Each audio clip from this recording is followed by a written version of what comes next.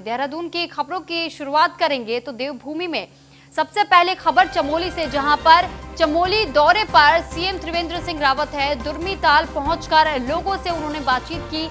अभिनंदन कार्यक्रम में शामिल हुए सीएम त्रिवेंद्र सिंह रावत 25 लाख रुपए की टोकन मनी भी जारी की है। तो दुर्मीताल को पर्यटन के रूप में विकसित किया जाएगा, सीएम त्रिवेंद्र सिंह रावत ने कहा। तो सीएम त्रिवेंद्र सिंह रावत ने पहले से ही तैयारियां की हुई थी। अधिकारियों को इस बात की जानकारी और दिशा निर्देश भी जारी किए गए थे कि दुर्मीताल को पर्यटक स्थल के तौर पर विकसित करने को सीएम त्रिवेंद्र सिंह रावत ने कहा था और ऐसे में 25 लाख रुपए की टोकन मनी भी जारी कर दी गई है। तो अभिनंदन कार्यक्रम बताया जा रहा है जिसमें शिरकत कर रहे थे सीएम त्रिवेंद्र सिंह रावत और यहीं पर 25 लाख रुपए की टोकन मनी उन्होंने जारी की है। तो सीएम त्रिवेंद्र सिंह रावत चमोली दौरे पर और ऐसे में दुर्मीताल पहुंचकर लोगों से उन्होंने बातचीत भी की है। अगर आप अच्छा काम कर लिया, हम 18 फुल बद्रीनाथ विधानसभा ताल एक बहुत बड़ो ताल हुन्छो। इंग्लिश पीरियड में यख पर्यटक आंद छाए, अंग्रेजों को मनोरंजन को स्थल छाए और एक टेलीफोन लाइन भी है, यखम नाव भी है। आप लोगों में से हो सकता कोई बुजुर्ग लोग होला टाइम का तो उन लोग देखे बोलो, लेकिन विधाता की इच्छा नहीं है और एक समय बाद जब बिरही की बाढ़ आई तो वे में सब डूब गए और वे के बाद ये ताल को अस्तित्व जो खत्म हो गया। हम ये आपसे बताऊं कि हम पूरा उत्तराखंड राज्य में और हम सब जानते हो कि हमारे प्रधानमंत्री जी चाहते हैं कि हर घर में पानी पहुंचो, हर घर को अपनो नल हो। ताल एक बहुत बड़ो ताल हुन्छो। तो चमोली के दौरे पर सीएम त्रिवेंद्र सिंह रावत बताए जा रहे हैं और यहां पर 25 लाख रुपए की टोकन मनी भी उन्होंने जारी की है। तो पर्यटक स्थल को और बढ़ावा देने के ओर काम कर रहे हैं सीएम त्रिवेंद्र सिंह रावत और ऐसे में कई ऐसी जगह है उत्तराखंड में जहां पर पर्यटक स्थल के तौर पर उसे विकसित करने का काम सीएम त्रिवेंद्र सिंह रावत की तरफ से किया जा रहा है। कई ऐसे पार्कों का उद्घाटन भी और लोकार्पण करने का जिक्र भी इससे पहले सीएम त्रिवेंद्र सिंह रावत ने किया था और अब चमोली दौरे पर जब वो पहुंचे तो यहां पर भी सीएम त्रिवेंद्र सिंह रावत ने इस बात का जिक्र किया कि दुर्मीताल पहुंचकर सबसे पहले तो उन्होंने लोगों से बातचीत की, उसके बाद से ये कहा कि दुर्मीताल को भी पर्यटक तौर पर ध्यान दिया जाए और अब इसे पर्यटक स्थल बनाने के और काम करना चाहिए। तो इसी के मद्देनजर 25 लाख रुपए की टोकन मनी भी सीएम त्रिवेंद्र सिंह रावत ने जारी की है। तो चमोली दौरे पर सीएम त्रिवेंद्र सिंह रावत बताए जा रहे हैं। दुर्मीताल पहुंचकर सबसे पहले उन्होंने लोगों से बातचीत की और अभिनंदन कार्यक्रम में शामिल हुए थे सीएम त्रिवेंद्र सिंह रावत, जिस दौरान उन्होंने लोगों से बातचीत की और इसी दौरान 25 लाख रुपए की टोकन मनी जारी की गई है। सीएम त्रिवेंद्र सिंह रावत की तरफ से दुर्मीताल को पर्यटन के रूप में विकसित किया जाएगा। तो सीएम त्रिवेंद्र सिंह रावत ने इस बात का ऐलान किया कि दुर्मीताल को पर्यटन स्थल के तौर पर विकसित करने का काम जल्द से जल्द शुरू किया जाएगा। इस पर अधिक जानकारी के लिए फहीम तन्हा रेजिडेंट एडिटर हमारे साथ फोन लाइन पर जुड़ चुके हैं। फहीम, 25 लाख रुपए की टोकन मनी जारी कर दी गई है, जल्द से जल्द दुर्मीताल को पर्यटन के रूप में विकसित करने का काम किया जाएगा, ऐसा कहना सीएम त्रिवेंद्र सिंह रावत का। और क्या कुछ तैयारियां उनकी तरफ से की जाएंगी? मुख्यमंत्री का ये दौरा ऐतिहासिक दौरा है। उत्तराखंड के इतिहास में त्रिवेंद्र सिंह रावत पहले ऐसे मुख्यमंत्री बने हैं, अगर इस दौरे को देखते हैं कि जो दुर्मीताल का जिन्होंने निरीक्षण किया है, दौरा किया है और न सिर्फ दौरा किया, निरीक्षण किया, बल्कि उसको पर्यटन स्थल के रूप में विकसित करने को लेकर के घोषणा भी की, प्लान के लिए भी कहा और 25 लाख रुपए टोकन मनी की बात भी सीएम ने की, घोषणा की है। ये एक बड़ी बात है क्योंकि जहां हम देख रहे हैं कि त्रिवेंद्र सरकार ने 13 डिस्ट्रिक्ट को 13 न्यू डेस्टिनेशन पर्यटन के डेवलप करने को लेकर के पिछले 2 साल से मुहिम चलाई हुई है। उसी के तहत अगर देखें तो एक नया डेस्टिनेशन के रूप में ये उभरेगा। ये अपने आप में एक उपलब्धि होगी क्योंकि चमोली डिस्ट्रिक्ट का ये जो दुर्गम पर्वतीय क्षेत्र का ये दुर्मीताल है और जब 2013-14 की जो आपदा आई थी उसमें काफी क्षतिग्रस्त इसका हिस्सा हुआ था और इसको विकसित करने को लेकर के सरकार की ये पहल है। यानी मुख्यमंत्री त्रिवेंद्र सिंह रावत ने इसको बहुत गंभीरता के साथ लिया, इस पर्यटन स्थल इसको विकसित करने को लेकर के और इसके विकास को लेकर के, और उसी की नतीजे के तौर पर आज उनका ये दौरा हुआ और ये एक बड़ी कोशिश है, बड़ी प्लान रुझान है, बड़ी उम्मीद के साथ इसको देखा जा सकता है। पर्वतीय क्षेत्र नैनीताल एक विकसित होगा पर्यटन क्षेत्र के रूप में, तो ये निश्चित तौर पर एक पर्यटकों के लिए एक नया डेस्टिनेशन बनेगा, जिससे आज स्थानीय स्तर की जो आर्थिकी है उसमें भी काफी जो है बिल्कुल। कहीं ये भी देखा जा रहा है कि इससे पहले भी सीएम त्रिवेंद्र सिंह रावत ने ऐसे कई जगहों का निरीक्षण किया, जायजा लिया और उसके बाद से इस बात की घोषणा की कि उत्तराखंड में जितने ऐसे जगह है जहां पर पर्यटक स्थल को बढ़ावा मिल सकता है, विकसित किया जा सकता है, तो उसको लेकर भी वो एक एक करके कदम आगे बढ़ाते चले जा रहे हैं। बिल्कुल बिल्कुल। देखिए, ये अगर हम देहरादून के जिले में भी अगर देख लें, जो सूर्यधार झील डोईवाला की बनाई गई, वो भी इसी दिशा में एक कदम है। इसके अलावा पिथौरागढ़ में जो पार्क का जो डेवलपमेंट है वो भी एक डेस्टिनेशन के तौर पर नया डेस्टिनेशन है। इसके अलावा अगर हम अब इस दुर्मिताल को भी जोड़ लें तो ये भी एक नया डेस्टिनेशन बनना। तो इस तरीके से अलग अलग डेस्टिनेशन तैयार किए जा रहे हैं। पौड़ी का जो अभी कंडोली पार्क का परसों सीएम ने देर शाम को उसका उद्घाटन किया है, लोकार्पण किया है, वो भी एक पर्यटक स्थल के रूप में विकसित किया गया है। तो इस तरीके से देख रहे हैं तो अलग अलग जगहों पर, अलग अलग जिलों में जो पर्यटन स्थल हैं, जो अनछुए पहलू, जो अनछुए स्थान हैं, जिनको डेवलप करके एक अच्छा सुगम और सुरम्य स्थान के तौर पर विकसित किया जा सकता है, उस पर सरकार की नजर है। और उसी दिशा में उसी कड़ी में एक महत्वपूर्ण पड़ाव आज इसको कह सकते हैं दुर्मिताल पहुंचे। चलिए ठीक, बहुत शुक्रिया फहीम आपका तमाम जानकारी हम तक पहुंचाने के लिए। तो 25 लाख रुपए की टोकन मनी जारी की गई है सीएम त्रिवेंद्र सिंह रावत की तरफ से और दुर्मिताल को पर्यटन के रूप में और विकसित करने का जिक्र यहां किया। चमोली दौरे पर जब सीएम त्रिवेंद्र सिंह रावत थे तो उस वक्त उन्होंने लोगों से संवाद करते वक्त इस बात का जिक्र किया है और अभिनंदन कार्यक्रम में वो शामिल हुए थे, जिस दौरान उन्होंने इस बात का जिक्र किया कि दुर्मिताल को जल्द से जल्द पर्यटन स्थल के तौर पर और विकसित किया जाएगा और ऐसे में 25 लाख रुपए की टोकन मनी भी जारी की गई है। तो वहीं चमोली में एक दिवसीय दौरे पर गोपेश्वर पहुंचे सीएम त्रिवेंद्र सिंह रावत, तो बीजेपी के कार्यकर्ताओं ने फूल और मालाओं के साथ सीएम का स्वागत किया। कलेक्ट्रेट सभागार में जिले के अधिकारियों की बैठक बुलाई गई थी। 85% धनराशि व्यय करने पर सीएम ने खुशी जताई है। जिला अधिकारी स्वाति भदौरिया के कार्यों की सराहना भी की गई है। तो पहाड़ी संग्रहालय निःशुल्क प्रेरणा कोचिंग सेंटर का निरीक्षण सीएम त्रिवेंद्र सिंह रावत ने किया है। साथ ही दुर्मी के लिए एक प्राथमिक स्वास्थ्य केंद्र और कई सड़कों की घोषणा भी सीएम त्रिवेंद्र सिंह रावत की तरफ से की गई।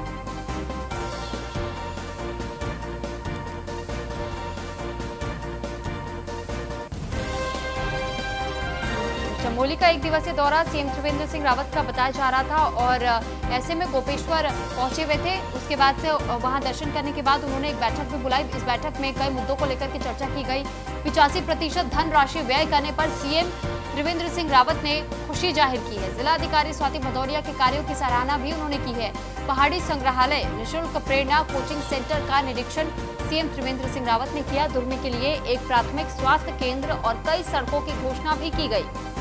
तो एक दिवसीय दौरा गोपेश्वर पहुंचे सीएम त्रिवेंद्र सिंह रावत।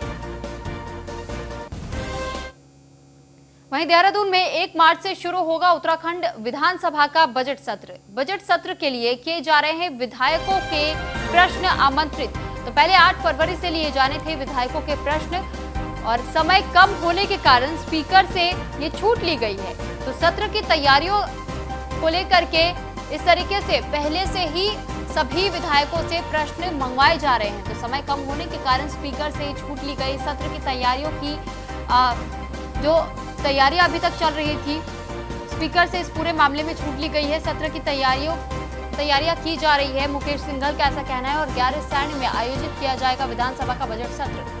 तो 1 मार्च से उत्तराखंड का बजट सत्र शुरू होने जा रहा है और ऐसे में विधायकों से प्रश्न आमंत्रित किए गए हैं। पहले 8 फरवरी से लिए जाने थे विधायकों से प्रश्न पत्र, लेकिन समय कम होने की वजह से अभी से ही विधायकों से प्रश्न पत्र की मांग कर दी गई है। तो सत्र की तैयारियां की जा रही है। मुकेश सिंघल का कहना, गैरसैंण में आयोजित किया जाएगा विधानसभा का बजट सत्र। उत्तराखंड का बजट सत्र 1 मार्च से शुरू होने जा रहा है। उससे पहले से ही तैयारियां तमाम तरीके की जा रही है। बजट सत्र को लेकर के विधायकों की तरफ से प्रश्न पत्र भी मंगवा लिए गए हैं। तो 8 फरवरी को पहले ये प्रश्न पत्र मंगवाए जाने थे, लेकिन अब समय की किल्लत होने की वजह से पहले ही उनसे प्रश्न पत्र मंगवाए जा रहे हैं। देहरादून में राज्यपाल ने दिल्ली से लौटे एनसीसी कैडेट्स का उत्साह बढ़ाने का काम किया। गणतंत्र दिवस परेड से लौटे एनसीसी दल ने राज्यपाल से भेंट की। तो उत्तराखंड वासियों को आपकी इस उपलब्धि पर गर्व है, राज्यपाल का ऐसा कहना। और राज्यपाल ने सभी से ये कहा है कि आपकी इस उपलब्धि पर पूरे उत्तराखंड को गर्व है। राज्यपाल ने पुरस्कार पाने वाले कैडेट्स को सम्मानित भी किया। तो राज्यपाल बेबी रानी मौर्य ने कहा, इनसे युवाओं को मिलेगा प्रेरणा। तो युवाओं के प्रेरणा के तौर पर एनसीसी कैडेट्स को बताया है बेबी रानी मौर्य ने। और बेबी रानी मौर्य उत्तराखंड के राज्यपाल है। ऐसे में उन्होंने एनसीसी कैडेट्स से मुलाकात की, सभी को सम्मानित किया और साथ ही एनसीसी कैडेट से ये कहा कि आपके तरफ से जो प्रस्तुति 26 जनवरी के वक्त दिल्ली में दी गई थी, उस पर पूरे उत्तराखंड वासियों को गर्व है। तो राज्यपाल ने दिल्ली से लौटे एनसीसी कैडेट्स का उत्साह बढ़ाया। गणतंत्र दिवस परेड से लौटे एनसीसी दल ने राज्यपाल से भेंट की है। उत्तराखंड वासियों को आपकी इस उपलब्धि पर गर्व है, राज्यपाल बेबी रानी मौर्य ने इस बात का जिक्र किया और सभी को पुरस्कृत भी किया।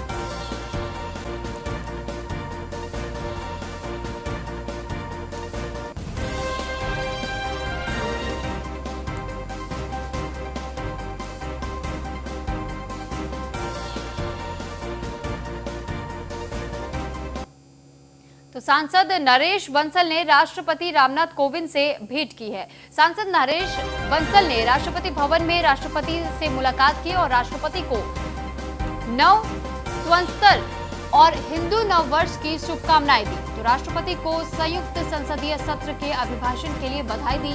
ऐतिहासिक आम बजट भारत की प्रगति में मील का पत्थर साबित होगा, ऐसा कहना बंसल का। तो बंसल ने उत्तराखंड में चल रहे विकास कार्यों की जानकारी भी दी। दोनों के बीच उत्तराखंड और देश के कई विषयों पर चर्चा हुई।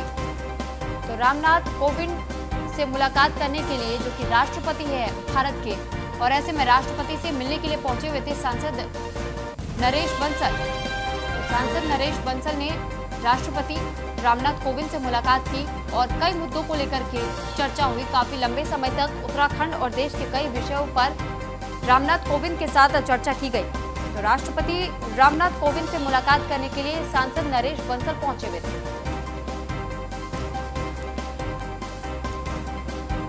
बंसल ने उत्तराखंड में चल रहे विकास कार्यों की जानकारी भी राष्ट्रपति को दी। दोनों के बीच उत्तराखंड और देश के कई विषयों को लेकर के चर्चा की गई।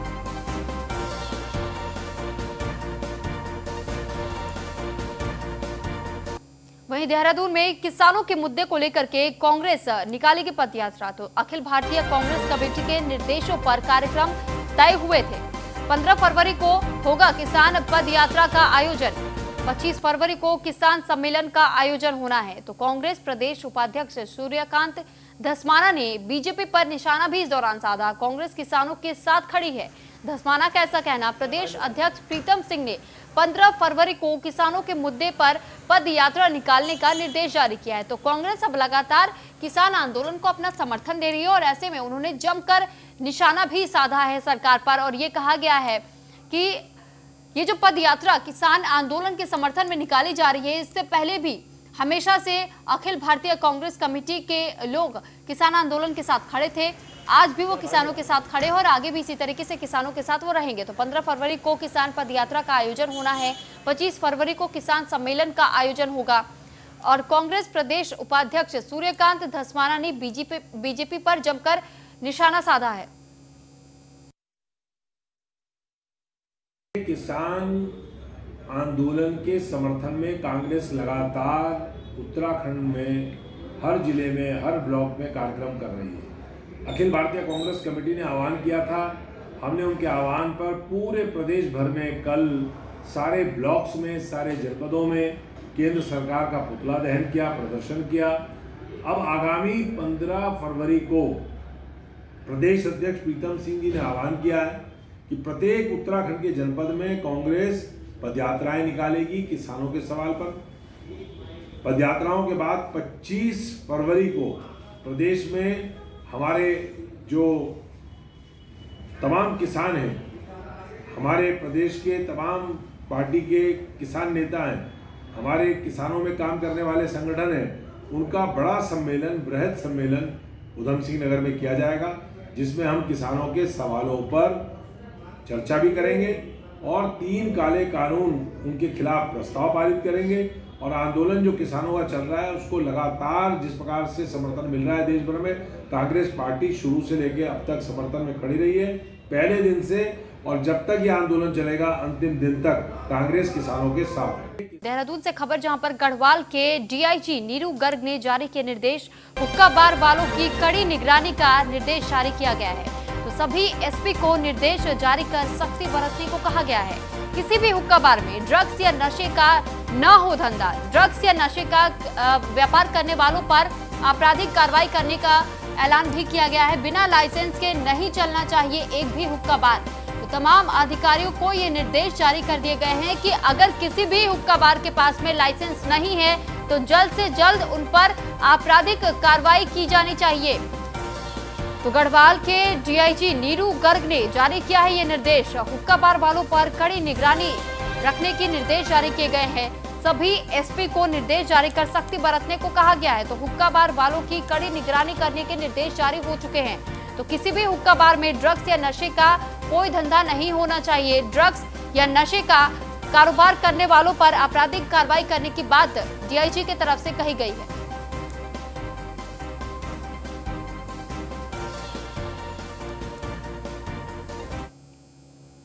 वहीं रुड़की में किसान आंदोलन को लेकर के नरेश टिकैत का बड़ा बयान सामने आया। रुड़की में किसानों की महापंचायत बुलाई गई और इस महापंचायत पे नरेश टिकैत पहुंचे।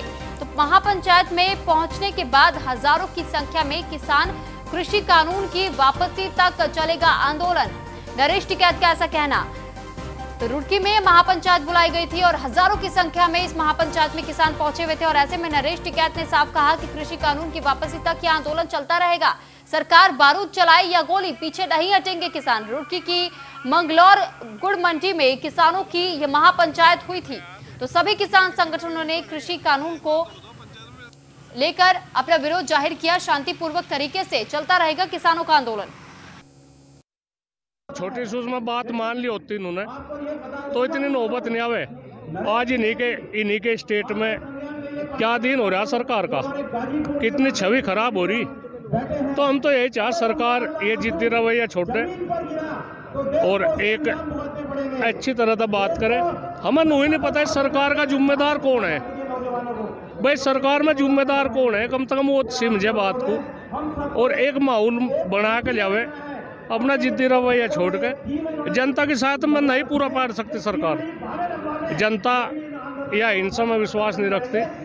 एक अच्छे तरीके से शांति प्रिय तरीके से गांधीवादी तरीके से ये आंदोलन करू जाएंगे, पीछे नहीं हटने के। राकेश टिकैत तो कह रहे हैं जब तक बिल वापसी नहीं तो घर वापसी नहीं। ऐसा घर वापसी कैसे चले जा करूँ भाई। जब 70-72 दिन हो लिए तो घर वापसी किस मुँह तक जा, क्या लेकर जा, जनता को क्या जवाब दे।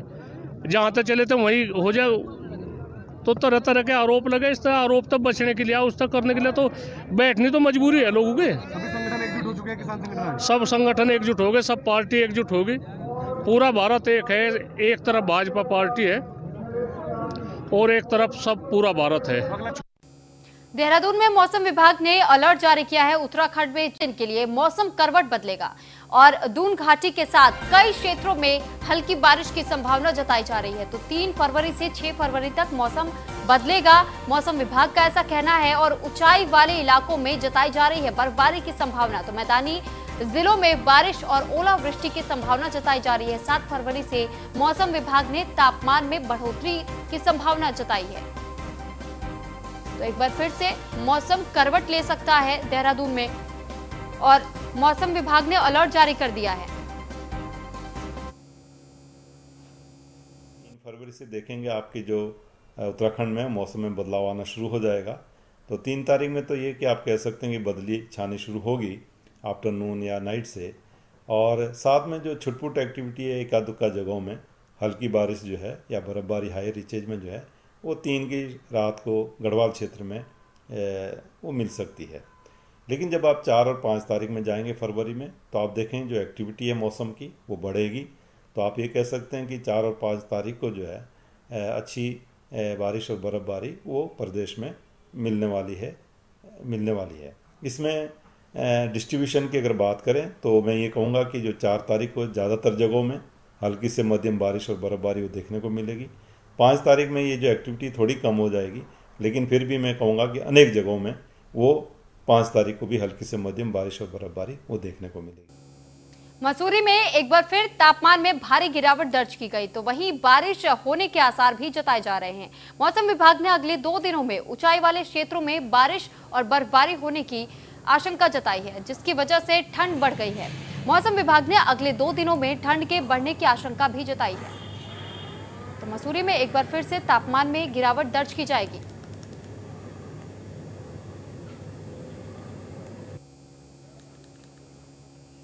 मसूरी में छावनी परिषद के लोगों को बड़ी सौगात मिली है। कलगी खट्टा पानी मोटर सड़क निर्माण का शिलान्यास हुआ और छावनी परिषद के उपाध्यक्ष बादल प्रकाश ने ये बड़ी सौगात यहां दी है। तो मसूरी छावनी परिषद के लोगों को बड़ी सौगात मिली है और काफी समय से लंबित था सड़क का निर्माण कार्य। तो कलगी खट्टा पानी मोटर मार्ग से पहले चरण के कार्य का शिलान्यास हुआ, दूसरे चरण के कार्य भी मिल चुकी है स्वीकृति।